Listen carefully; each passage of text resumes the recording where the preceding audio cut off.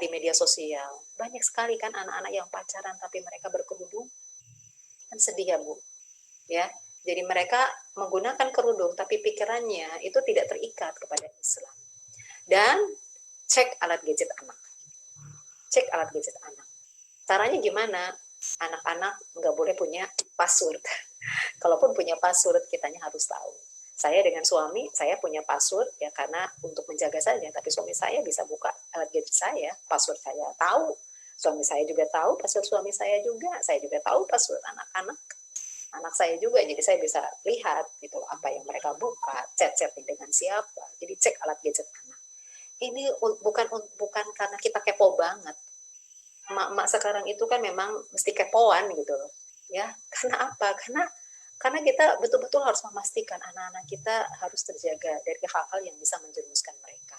Yang berikutnya adalah perlindungan di tengah masyarakat.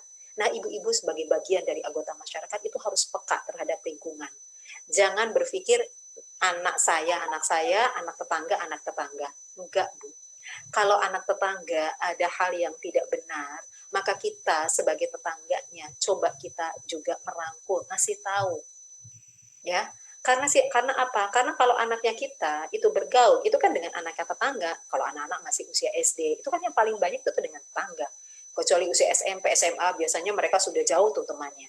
Tapi anak-anak kita yang usia TK, usia SD, itu temannya kan di tetangga. Nah, kalau di antara anak-anak tetangga itu ada yang berperilaku kurang baik, menurut saya, maka luruskanlah, sampaikanlah dengan cara yang baik, ya. Dan berteman dengan tetangga itu, dengan anaknya tetangga itu akan bisa membentuk sebuah komunitas yang justru bisa kita kontrol, ya, komunitas yang bisa kita tahu siapa temannya, ya. Dan memang yang sangat diperlukan oleh anak-anak kita sebetulnya adalah anak kita itu di usia pada saat mereka sudah usia SD, SMP, SMA, teman-teman itu lebih asyik dibandingkan dengan orang tua. Nah, kitalah yang harus kemudian mengarahkan kepada mereka yang asiknya itu yang di mana. Libatkanlah mereka di dalam komunitas-komunitas, misalnya komunitas ngaji, komunitas kajian. Bentuklah dengan siapa? Dengan siapa saja, dengan ibu-ibu yang lain. Bekerja, Bu. Ya, saya juga bekerja sama dengan komunitas ibu yang lain. Ayo bikin untuk anak-anak bisa ngaji. Apalagi di dalam masa pandemi ini lewat Zoom, sepekan sekali saja. Anak saya kumpul, anaknya orang lain kumpul, ketemu sama-sama. Saya panggil juga ustadz, walaupun saya sendiri kemudian menyampaikan kepada anak-anak. Karena bisa jadi dari apa yang saya sampaikan mungkin nggak pas ke anak. Mungkin lewat orang lain lebih pas kepada anak. Nah, yang paling sebetulnya berperan kuat itu adalah negara. Negara yang seharusnya menjadi contoh bagaimana seharusnya kita sebagai seorang muslim maka harus membangun segala sesuatunya itu di atas landasan ketakwaan. Ya, sesuatu hal yang sangat menyedihkan jika kita berbangga-bangga dengan berbagai pembangunan infrastruktur, tetapi semua itu tidak dibangun di atas dasar ketakwaan. Kemaksiatan di mana-mana, dosa demikian menyebar luas. Maka semua pembangunan-pembangunan itu di hadapan Allah kan tidak ada artinya. Ada sebuah negara Sabah yang disebutkan di dalam Al-Quran. Negara itu kan disebutkan negara yang hebat. Tapi karena jauh dari Allah, maka negara itu menjadi hilang. Ya, dan negara itu punya peran untuk menutup semua akses, punya peran, Bu.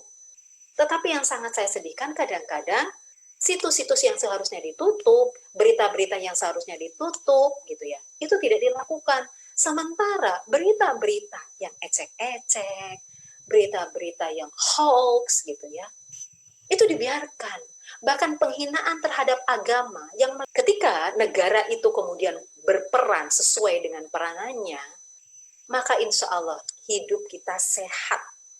Sehat mata, sehat telinga, sehat fisik, hidup kita sehat tanpa pornografi. Nah, tetapi ya harus kita sadari bahwa dunia sekarang tidak ada satupun negara yang sudah memberlakukan hukum Islam secara totalitas. Kita itu sekarang hidup di dalam sebuah sistem yang disebut dengan sistem sekuler kapitalis.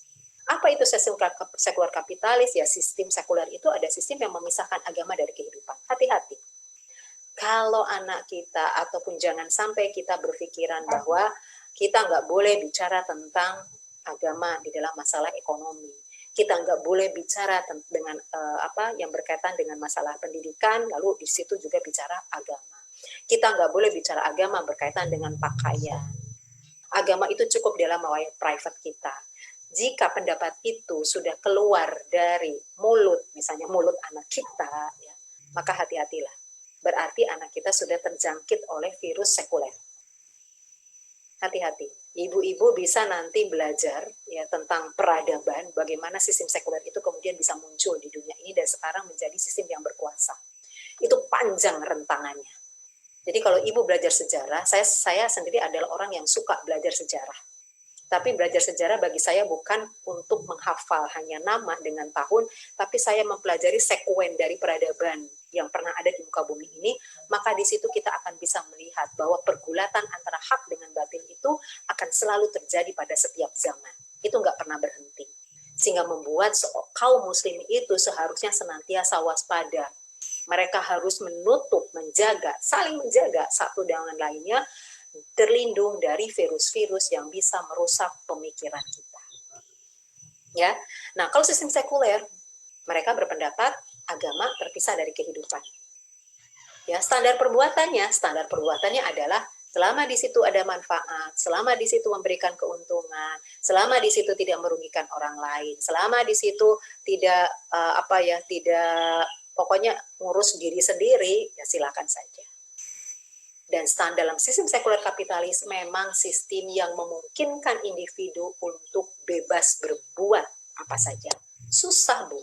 Kita mau lapor orang yang pakaiannya minim ke pengadilan, nggak akan diterima. Kita mau lapor orang yang berzina, nggak akan diterima. Karena memang sistemnya adalah bukan sistem yang berlandaskan kepada akidah Islam. Nah, ini kan sesuatu hal yang harus menjadi perenungan bagi kita.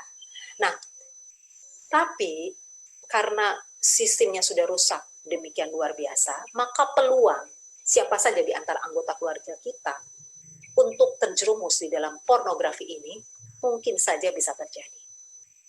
Ya. Apa yang harus kita lakukan jika sudah terjadi? Misalnya anak kita sudah kecanduan. Maka segera rangkul. Jangan justru dijauhi, dikata-katai, bahkan kemudian diusir dari rumah. Justru rangkul. Kemudian apa? Pisahkan dari sumbernya. Kalau itu berasal dari komunitas, pisahkan dari komunitasnya. Kalau itu berasal dari alat internet, maka tutup aksesnya. Kemudian kita sebagai orang tua harus ingatkan terus-menerus, ya, harus ingatkan terus-menerus. Lalu kita nggak bisa anak-anak di dalam usia yang produktif kita katakan nggak boleh ini, nggak boleh itu, tapi kita tidak memberikan alternatif. Maka berikanlah kegiatan-kegiatan yang positif, pahamkan dengan agama, jadilah tim yang kompak di dalam rumah dan arahkan kepada mereka bagaimana cara menggunakan alat gadget dengan bijak. Alat gadget selama ini mungkin mereka gunakan untuk hal yang maksiat, lalu kita katakan kepada mereka, jangan berputus asa di rahmat Allah. Kamu bisa balikan alat gadget itu menjadi sebuah alat yang berpeluang untuk amal jariah ketika apa? Ketika alat gadget itu kita gunakan untuk menyebarkan kebenaran, untuk menyebarkan Islam. Jadi dibalik, ya. Nah, memang melakukannya tidak akan semudah seperti membalikan telapak tangan. Tetapi, ya, tapi jika itu yang terjadi, ya, sadarilah bahwa yang mengalami itu bukan hanya 1-2 orang, banyak, Bu. Para keluarga yang berasal dari keluarga religius, orang tuanya paham tentang agama, lalu anaknya itu terjerumus. Karena apa? Ya karena sistem yang memungkinkan untuk itu. Sehingga jika anak kita pernah melakukan sebuah kesalahan, ya, yang kita lakukan adalah segera langkur, lalu kita kuatkan pemahaman agamanya, agar mudah-mudahan hijrahnya mereka itu bisa menghapus dari dosa-dosa yang di masa lalu. Demikian ibu-ibu semua yang bisa saya sampaikan. Saya serahkan kepada Bu Emi selaku moderator, jika sekiranya ada yang ingin ditanyakan terkait dengan materi yang saya sampaikan. Silakan, Bu Eni. Oke, baik Bu. Bagi keluarga, sahabat keluarga yang ingin mengajukan pertanyaan, silakan